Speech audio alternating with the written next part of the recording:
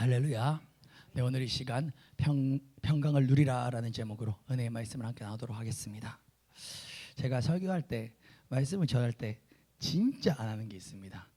옆 사람한테 뭐 말하라 그런 거 있잖아요. 왜 이렇게 저는 그게 부끄럽고 그런지. 목사님들 그걸 많이 하시는데 저는 진짜 이때까지 제가 그거 한 거 본 적 있습니까? 오래 보신 분들 없을 거예요. 근데 오늘은 꼭 하고 싶습니다. 왜냐면 마지막에 예배 찬양으로 꽃들도를 잘 하지는 않는데 저희 마음에 오늘 누군가 저를 위해서 얼마나 많이 기도를 해주셨는가 모르겠지만 예배를 준비한 가운데 여러분 한 사람 한 사람이 꽃이다. 예, 그 마음이 드는 거예요. 물론 꽃이 자랄 때는 이렇게 안 예쁠 수 있어요. 예, 막 초록색 풀떼기 한쪽만 나 있을 수도 있고 비대칭으로. 예, 그렇지만 결국 우리는 저 또한 이 땅에 심겨져서 무럭무럭 자라서 아름다운 꽃으로 활짝 필 것이고, 우리는 그 이 찬양처럼 산들바람 가운데 손을 들고 주님을 찬양하고 주님께 영광 올려드리는 그 한 사람 한 사람이 될 그 장래의 그 모습들을 이렇게 찬양하면서 바라보며 이렇게 찬양하니까 얼마나 좋던지 얼마나 좋던지요. 그래서 여러분 옆 사람에게 당신은 꽃입니다라고 이렇게 한번 고백할. 저는 뭐 아래로 보고 있어요. 부끄러워요. 꽃입니다.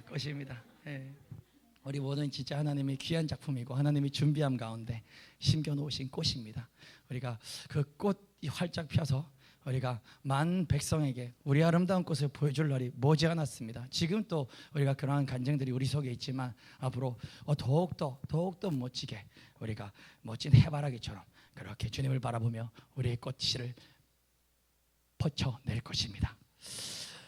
사랑하는 성도 여러분, 우리는 정말 이 시대를 살아가는 많은 사람들이 공통된 정서가 있습니다. 지금 이 시대에는 특별히 그러합니다. 많은 사람들이 이렇게 말합니다. 요즘엔 아무 이유 없이 마음이 너무 불안합니다. 또 누구는 말합니다. 목사님, 자고 일어나면 또 새로운 걱정이 생깁니다. 또 어떤 이들은 이렇게 고백하죠. 목사님, 문제가 해결돼도 다음 문제가 또 기다리고 있어요. 그리고 요즘 밤에 잠을 잘 못 자겠어요. 불면증이 참 많은 시대인 것입니다. 이 시대는 염려가 일상인 시대입니다. 걱정은 예외적인 일이 아니라 어느덧 우리 삶의 일부가 되어버렸습니다. 뉴스를 틀면 불안이 밀려옵니다. 또 자녀들을 보면 마음이 막 무겁습니다. 미래를 바라보면 안개처럼 내 앞길이 잘 보이지 않습니다. 요즘에 신병이라는 그 드라마 혹시 보신 분 계세요?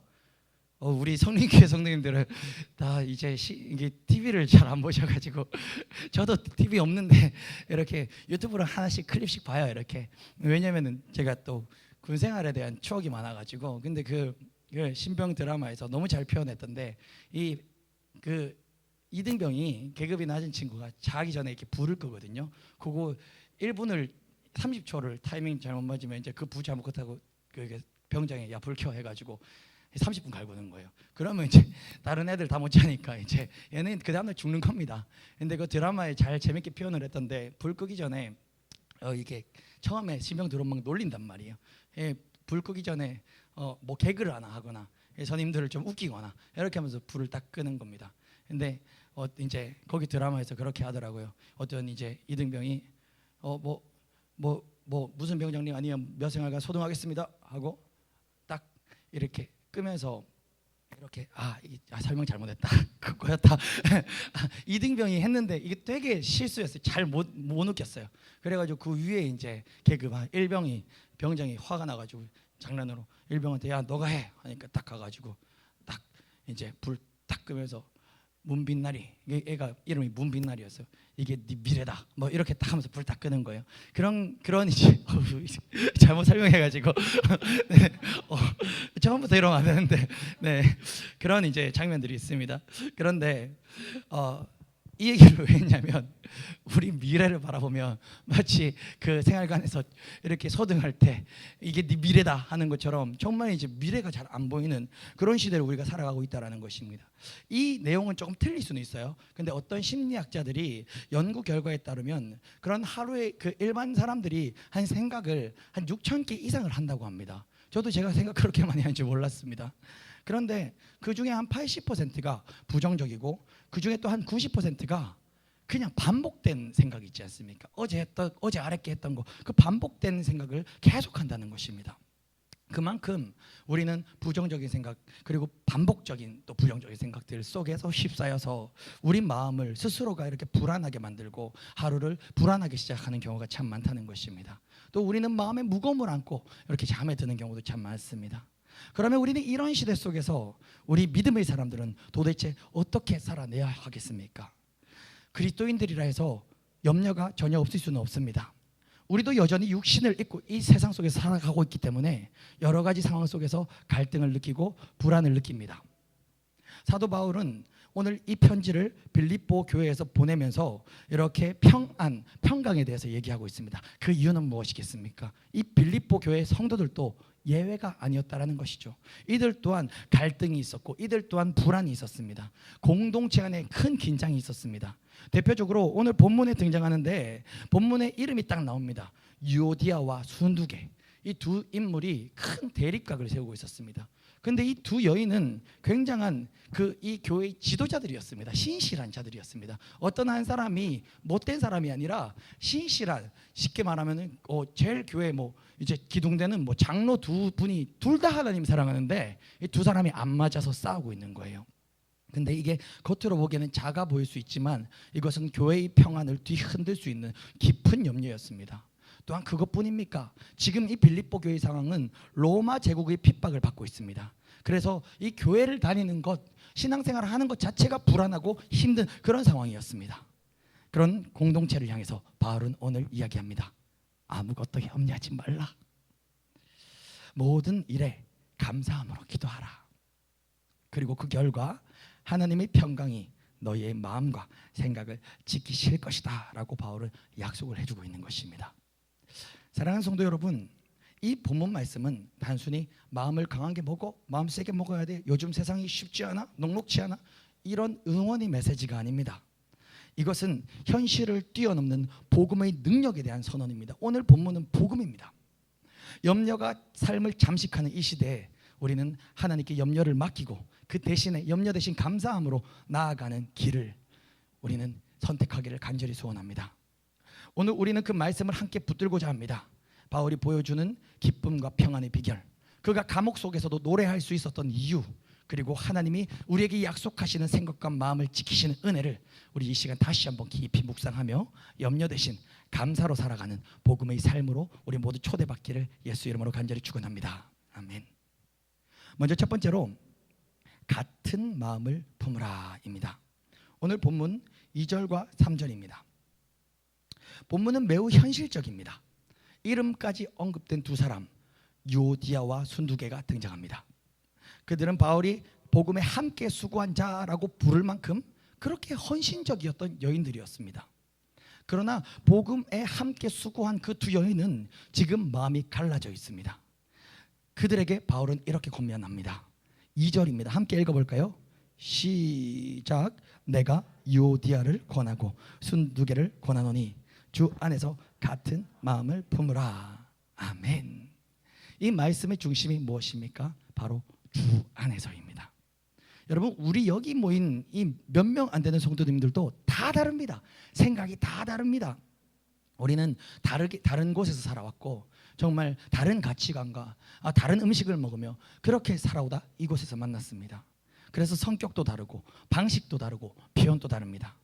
그러나 우리가 예수 그리스도 안에 있다면 우리는 다른 사람들이지만 같은 마음을 품을 수 있는 것입니다.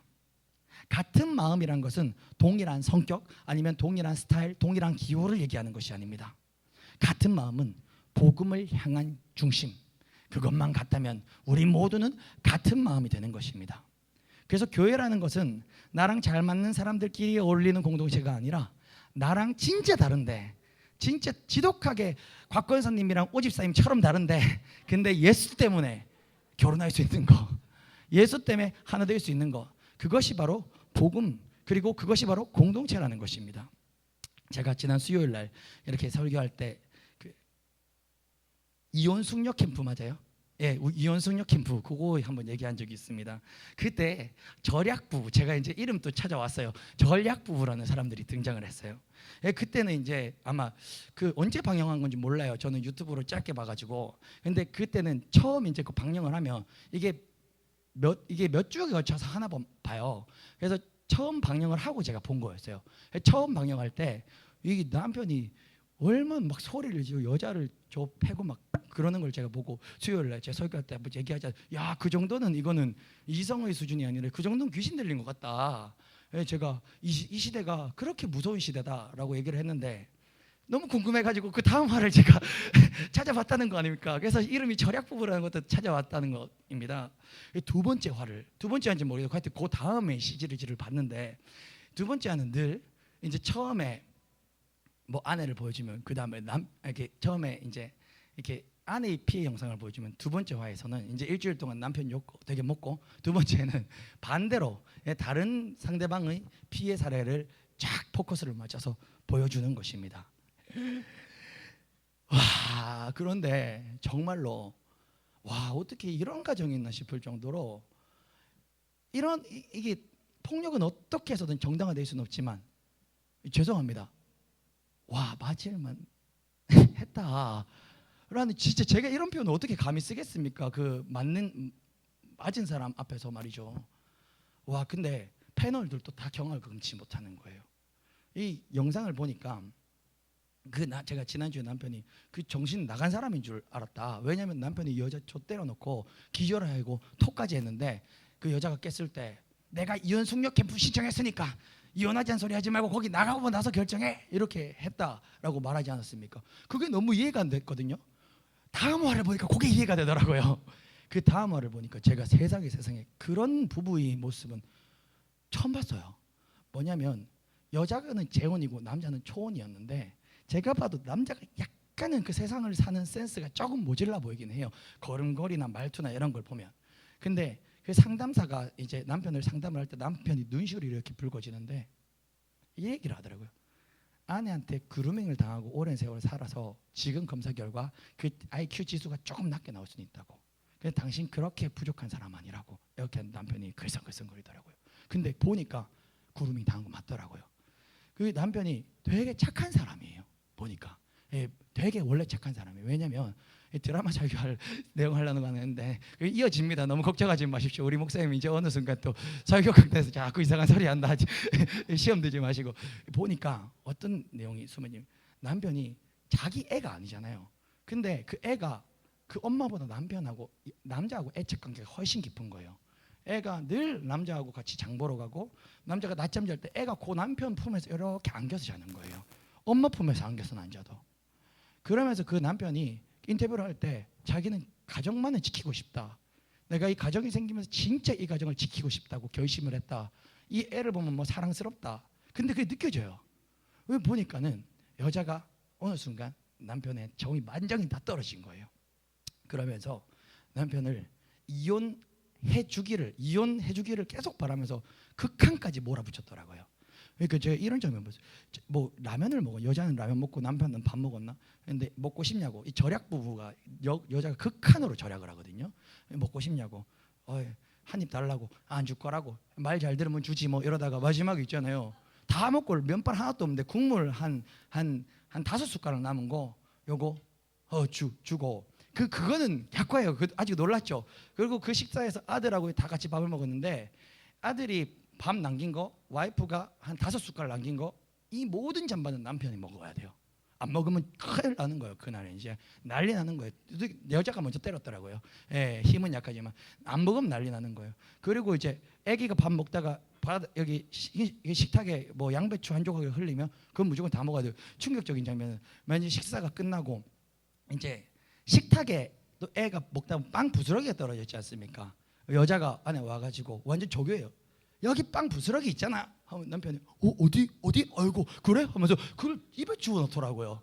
와, 그리고 나중에 설거지한 장면이 있는데 설거지를 하는데 제가 남편 어째 하는 거예요. 여기 지금 설거지 물에 이미 담가놨는데 양배추 한 조각이 있잖아. 이렇게 하니까 몰랐어. 그거를 건져서 입에 넣어요.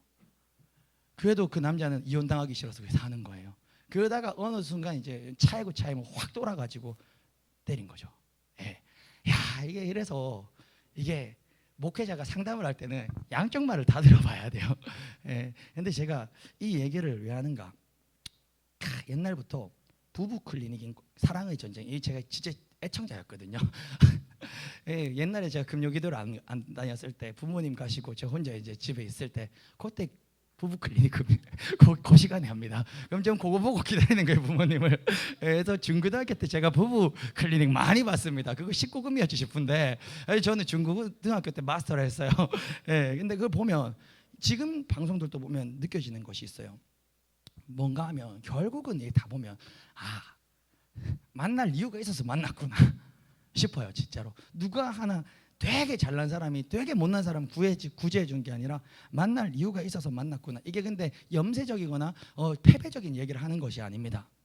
근데 그 방송에서 이렇게 두 분이 만나서 해서 누구 하나만이 잘못이 아니라는 거죠. 결국 그 가정의 모습 형태 가운데는. 근데 그 안에서 저는 눈이 계속 향하는 게 하나 있었어요.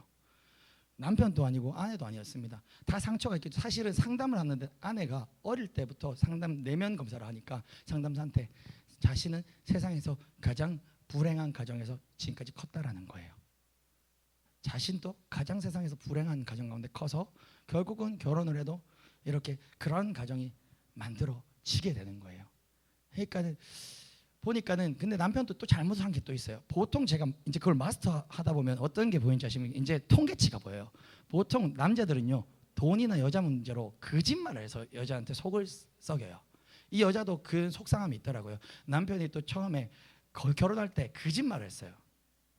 오집사님 또 사기 결혼했다고 그때 이게 간증을 하셨는데, 그래도 이 곽건 선생님 진짜 잘해야 돼요. 왜냐면 약과예요. 제가 이렇게 다 보니까 우리 집처럼 평안한 집이 없어요. 진짜로 사역하면서도 보고 하지만 우리 집처럼 제가 가만히 보면은 권사님이 그 평안의 키를 가지고 있단 말이에요. 권사님이 죽으면 돼요. 권사님이 죽으면. 근데 보면 우리 집 좀 살리고 봅시다. 제가 다른 가정 가운데 이렇게 얘기하면 시험 들어 다음에 교회 안 나오거든요. 우리 집은 교회 안 나올 수가 없다. 딴 게 못 가요. 근데 가만히 보면 남자가 보통은 딴 데 가정도 다 그래요. 뭔가 거짓말을 하거나 그 한 방을 때리는 게 있어요 보니까. 근데 여자들은 기지를 하니까 그 한 방을 두들겨 맞고 그거 이제 평생 가는 거예요. 그러니까 이 여인도 그 여인도 남편이 처음에 사기 결혼 비슷하게 당해가지고 이렇게 빚을 갚아줬더라고요. 그리고 그 후에도 사채를 몇 번 썼어요 남자가. 그러니까 이걸 갚아준 거예요. 근데 이 여인은 그 절약이 몸에 밴 그 돈에 약간 메인 사람인데 남편도 그걸로 영린을 건드렸고 그러다 보니까 그게 우리 이제 크게 봅시다.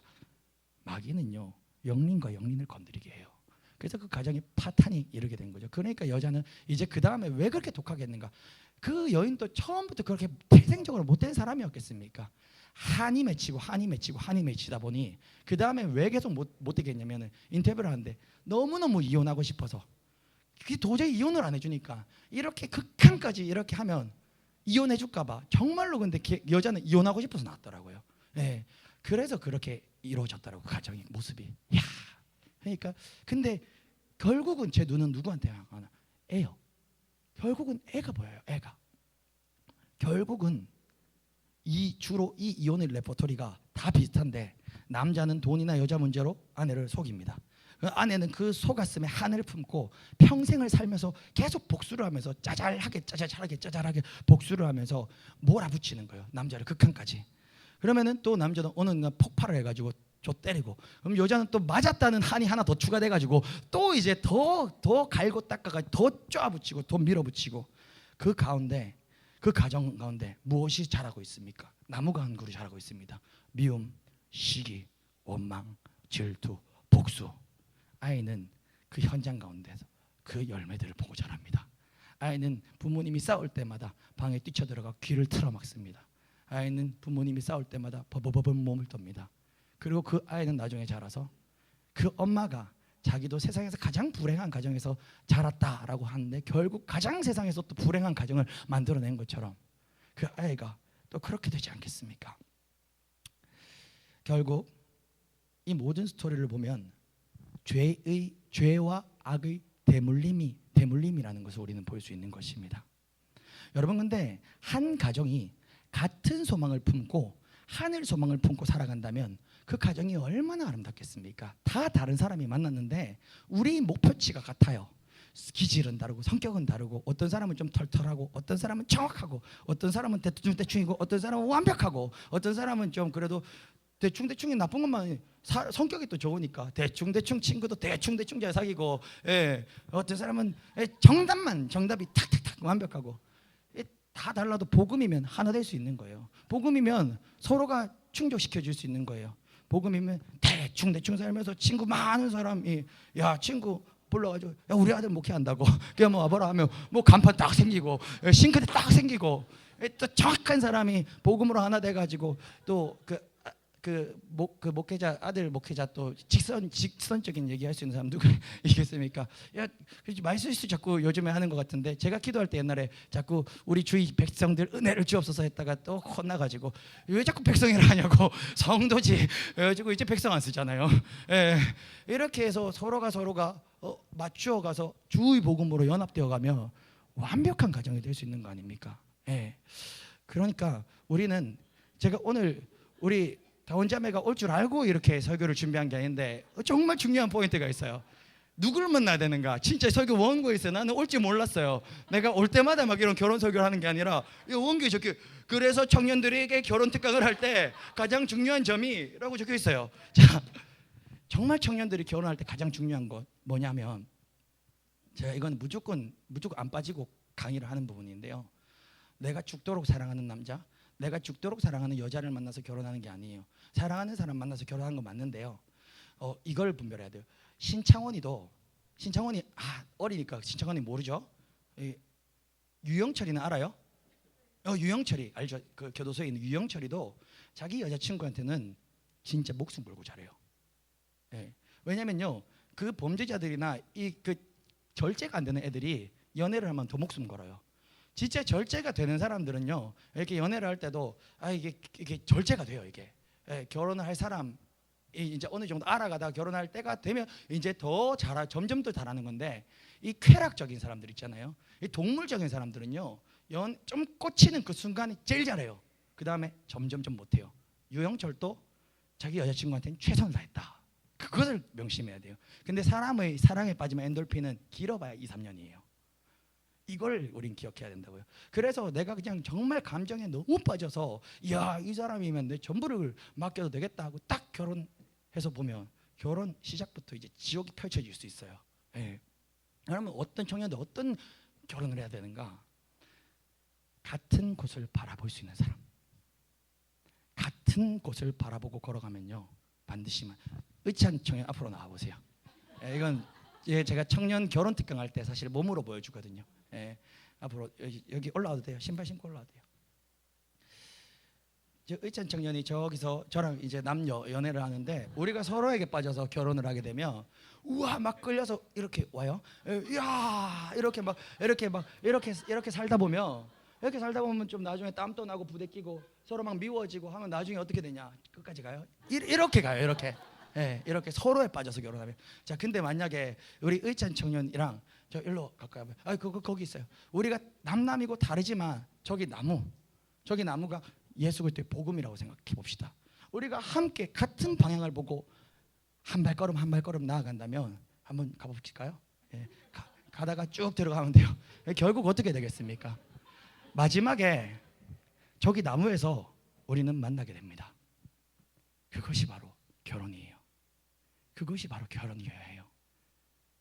그래서 이 이혼 숙녀 캠프 이분들도 참 좀 잘 회복돼서 이렇게 좀 됐으면 좋겠지만, 정말 서장훈 씨인가 그 MC가 여자한테 얘기하더라고요. 웬만하면 화해시키려고 하는 프로그램인데 거기는 진짜 혀를 내두르면서 그만 포기하는 게 어떻겠냐고, 남자한테도 차라리 이혼하는 게 어떻겠냐고, 뭐 이런 권면을 더해요. 그러면서 여자한테도 어째 방송을 해야 되니까 내가 같이 살라고 지금 이 프로그램 하는 거 아니다. 이 프로그램 끝나고 이혼해야 되면 해라. 이런 식으로 상담을 서장훈 씨가 하는데, 제가 봐도 그게 맞더라고요. 근데 서장훈인가 누군가 그 여자한테 했어요. 당신은 이 사람하고 이혼을 하고 혼자 살거나 아니면 이 사람하고 같이 살거나, 이 두 개지. 이 사람하고 이혼해서 다른 사람하고 결혼해서 행복할 수는 없다라는 것은 명심하라고 얘기를 하더라고요. 그게 딱 제가 봐도 딱 맞더라고요. 왜냐하면 이 이유는 상대방한테 있는 게 아니었으니까요. 그래서 우리는 결국 우리 청년들은 결혼 대상자 같은 곳을 바라볼 줄 아는 사람, 그런 만남을 이루어 간다면 정말 이쁜 가정 이룰 수 있을 겁니다. 근데 그것이 우리 모두에게 적용이 됩니다. 우리 주 안에서 한번 같은 마음을 품읍시다. 부부도 같은 마음을 품읍시다. 그 가정도 다 같은 마음을 품읍시다. 교회도 우리 성령께도 한 마음을 품읍시다. 그러면 주 안에서 같은 마음을 품는다면 우리는 결국 이 3절, 오늘 본문 3절과 같이 내 안에서 이 심령의 기쁨으로 서로를 돕게 되는 것입니다. 그리고 서로를 돕게 되며 하나 연합되고 나아갈 때, 그때 오늘 설교의 주제는 바로 평강입니다. 우리 주의 성령이 우리 심령에 임하셔서 우리에게 진정한 평강이 찾아올 것입니다. 두 번째는 기뻐하라 기도하라입니다.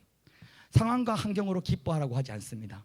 오늘 본문에서는 주 안에서 기뻐하라라고 말씀하십니다. 바울도 기뻐할 수 없는 상황입니다. 교도소 수감 중입니다. 근데 우리가 기뻐할 수 있는 이유는 무엇입니까? 우리가 기뻐할 수 있는 이유는 기도할 수 있기 때문입니다. 이게 굉장히 중요합니다. 감사함으로 하나님께 아뢰일 수 있기 때문에 우리는 지금 내 눈앞에 어떤 문제를 만났다 할지라도 우리는 기뻐할 수 있는 것입니다. 여러분들 지금 눈앞에 어떤 결핍이 있습니까? 부족이 있습니까? 여러분 눈앞에 고통이 있습니까? 그것이 우리의 낙심의 이유가 될 수 없습니다. 그것이 우리 좌절의 이유가 될 수 없다라는 것입니다. 제가 초등학교 때 단짝 친구가 있습니다. 제 친구 봉균입니다. 지난번에 그 자전거 굴다리 밑으로 떨어졌을 때 주워왔다는 그 친구가 봉균입니다. 그 친구와 어릴 적 많이 놀고 학원도 같이 다녔습니다. 컴퓨터 학원도 그 친구가 다녀서 제가 봉균이 따라 이제 한미 컴퓨터 학원인가? 한샘 컴퓨터 학원, 한미예요. 한미 컴퓨터 학원을 다녔습니다. 근데 그 친구 집에 이제 중학교 때 놀러를 갔는데, 그 중학교 이제 저학년 때 그 친구 집에 컴퓨터가 새 거가 딱 생긴 겁니다. 얼마나 부럽든지요. 그러면은 이제 오 목사는 나는 컴퓨터가 없고 내 친구 봉균이는 집에 컴퓨터가 있으니까 이 오 목사는 낭망하고 좌절하였을까요? 나는 지금 결핍이 있습니다. 남들 다 있는 컴퓨터가 없어요. 지금 너무 속상해요. 내 친구들은 학교 가면 다 모여서 게임 얘기 같이 하는데 나는 못 해요. 나는 컴퓨터가 없으니까요. 그러면 저는 좌절했겠습니까? 아닙니다. 왜냐하면 오 목사에게는 오 집사님이 있기 때문입니다. 컴퓨터보다 좋은 오 집사님이 있기 때문입니다. 컴퓨터를 사달라고 조르면 되는 것이에요. 왜냐하면 오 목사는 사줄 때까지 조르거든요. 예. 그러니까는 저는 걱정할 것이 없는 것입니다. 여러분, 이게 지금 무슨 얘기인가? 여러분, 문제 앞에 낭망이 되십니까? 좌절이 되십니까? 그것이 무슨 말이냐면 내게 부모님이 계시다는 것을 믿지 못한다는 것입니다. 그게 아니라면 부모님이 계시지만 내 부모님은 나의 이 문제만큼은 해결할 수 없다라고 부모님을 신뢰하지 못하고 있는 것입니다. 하나님 아버지가 바로 우리 아버지이십니다. 우리는 하나님께 기도할 수 있습니다. 그리고 그 하나님은 우리의 문제보다 크십니다. 이 모든 것이 믿어지고 이 모든 것이 내게 사실이 된다면 우리는 어떤 문제 앞에서도 기뻐할 수 있고 감사할 수 있고 기도할 수 있는 것입니다. 여러분, 오늘 새벽에 제가 다윗과 골리앗에 대한 말씀을 짧게 나눴습니다. 근데 그때 가장 기억에 나는 말 하나 있지 않습니까? 모든 이스라엘 백성들은 그 골리앗을 보고 좌절하고 실망하고 낭망했습니다. 키가 3m나 된대. 나는 1.5m밖에 안 되는데 어떻게 이제 우리 다 죽었다. 그런데 다윗은요 달랐습니다. 그 소년 다윗은요 골리앗을 보고 저 할례 받지 못한 백성, 저 하나님을 이렇게 하나님을 욕하다니 저 녀석 하면서 다윗은 그때 어떤 마음이 쑥 들어왔냐면, 이야, 골리앗은 키가 3m나 되네. 골리앗은 나보다 머리통이 2배는 더 크네. 물맷돌 맞추기 진짜 쉽겠다. 이것이 바로 다윗의 반응이었다는 것입니다. 믿음의 사람들의 반응은 문제 앞에서 바로 다윗의 반응을 펼칠 수 있는 것이에요. 모든 사람들이 이야 3m 거의 난 큰일 났다. 다윗은 이야 머리통 2배, 맞추기 2배로 쉽겠다. 그것이 바로 믿음의 백성의 반응이라는 것입니다. 고로 다윗은 어떤 문제 앞에서도 기뻐할 수 있었고 감사할 수 있었고 기도할 수 있었습니다. 어느 권사님이 이런 간증을 하셨습니다. 목사님, 기도를 시작할 땐 너무 염려가 많아서 눈물로 시작했습니다.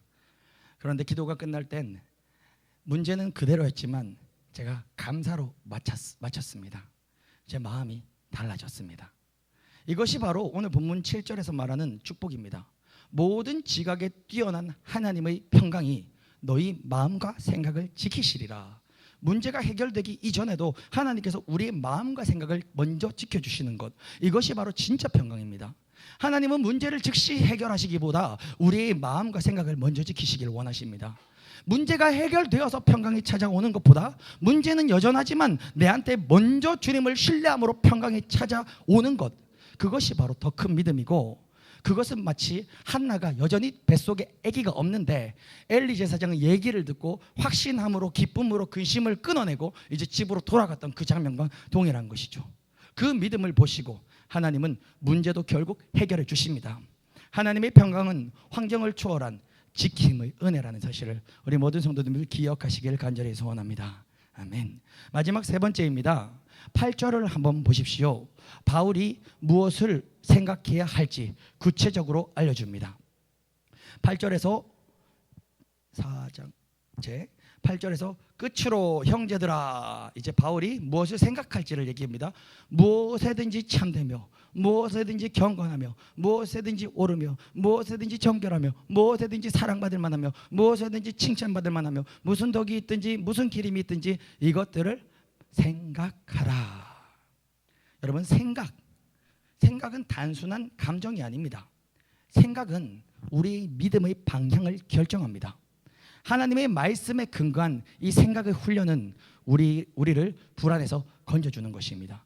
고로 이 시간 우리 모든 주의 성도들께서 계속 하나님을 생각하십시오. 문제를 생각하지 말고 그때마다 하나님을 생각하십시오. 바다의 파도를 바라볼 때 베드로는 물에 빠졌습니다. 예수 그리스도를 바라볼 때 무리를 걸었습니다. 여러분, 계속 여러분의 생각의 방향을 나쁜 쪽, 악한 쪽, 무서운 쪽으로 상상을 더하여 흘러가지 마시고, 그런 생각이 아차 싶다면 바로 오 주여, 오 주여, 오 주여, 나의 생각까지도 주님 것입니다. 나의 생각 주님께 드립니다. 주님, 문제가 그러하나 주님은 능하십니다. 우리의 생각을 계속해서 주님께로 인도해야 될 것입니다. 그리고 이어서 9절에서 한 걸음 더 나아갑니다. 9절에서 내게 배우고 받고 듣고 본 바를 행하라. 믿음은 생각에만 머무르지 않습니다. 믿음은 반드시 삶으로 연결되어야 한다는 것입니다. 그때 우리가 행할 때, 우리가 배우고 받고 듣고 본 바를, 오늘 이 말씀 가운데 배운 것을 용기를 내어서 행할 때, 그때 어떤 일이 일어납니까? 그리하면 평강의 하나님이 너희와 함께 계시리라. 아멘. 9절 이 끝트럼머리 말씀이 평강에 대해서 얼마나 확실하게 얘기해 준지 아십니까? 그리하면 너희 마음 평안해질 거야, 이게 아니에요. 그리하면 평강의 하나님, 평강이 아니라 평강의 그 하나님이 너희와 함께 계시리라. 여러분, 평강이 이거예요. 평강이 그저 내 마음이 좀 진정되는 게 아니라고요. 평강이 겁나는 것들이 많았는데 내가 누구 얘기 듣다, 목사님 얘기 듣다 보니 설득돼가지고 그거 그렇게 나쁘게만 생각 안 해도 되겠네 라고 내 생각을 그냥 조금 트는 게 아니라고요. 평강은요, 평강의 하나님이 너희 안에 함께 계시는 거예요. 평강의 하나님이 내 안에 계시는 거예요. 오시는 거, 역사하는 거. 언제요? 그리하면. 어떻게 그리하면요? 행할 때입니다. 행함은 결국 도장을 꽝 찍는 것입니다. 무슨 도장이냐면 고통을, 이제 내 속에 있었던 고통, 아픔, 상처, 이 모든 것들을 이제 석방시키겠노라 하고 도장을 꽝 찍는 것입니다. 구체적인 예를 들겠습니다. 정말 죽도록 미운 사람이 있습니까? 정말 죽도록 미운 사람이 있습니까? 우리 권사님 이렇게 설교를 들어도 또 집에 가는 길에 또 싸워요. 예, 또 싸워요. 근데 막 안 돼요. 이게 설교를 들어도 잘 안 돼요. 왜냐하면 설교 듣는다고 다 됐으면 저도 지금 하늘 날아다니고 있을 겁니다. 저도 안 돼요. 예, 설교를 하는 저도 안 됩니다. 그런데 제 기준에서 어떻게 저희 수준이라든지 제 기준에서 말하겠습니까? 저는 설교를 제 기준에서 못합니다. 저도 못하지만 하나님의 기준으로 말씀을 드리겠습니다. 행할 때 설교를 들었는데 여전히 다 되겠는데 김 집사, 박 집사, 옆집 아저씨, 옆집 그 과일 가게 아줌마 다 용서하겠는데 내 남편만은 용서가 안 돼요. 다 목사님 설교 잘하시네. 알겠는데 그런데가 우리한테 있잖아요. 살아봤나? 목사님 살아봤나? 얘기 많이 들었습니다. 나이 어리다고 무시 많이 당했어요. 그런데 알아요.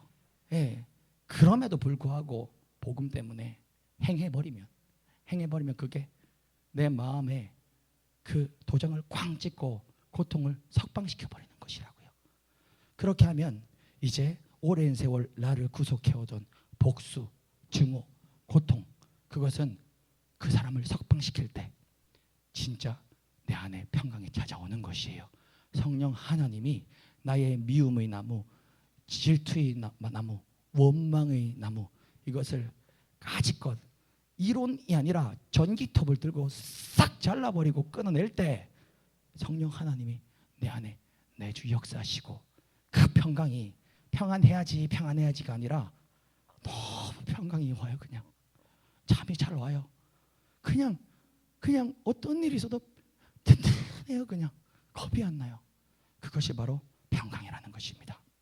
사랑하는 성도 여러분, 말씀 맺겠습니다. 바울은 여전히 감옥에 있었지만 감사했습니다. 그의 상황은 닫혀 있었지만 그의 영혼은 정말 평강 속에 있었습니다. 염려는 우리를 통제할 수 없는 현실을 붙잡을 때 시작이 됩니다. 그런데 반대로 감사라는 것은 우리가 모든 것을 하나님께 맡길 수 있을 때 그때 시작이 되는 것입니다. 오늘 사랑하는 성도 여러분, 여러분들 앞에 염려가 참 많이 있을 수 있습니다. 그러나 그 염려를 오늘 이 밤에 기도로 바꾸기를 소원합니다.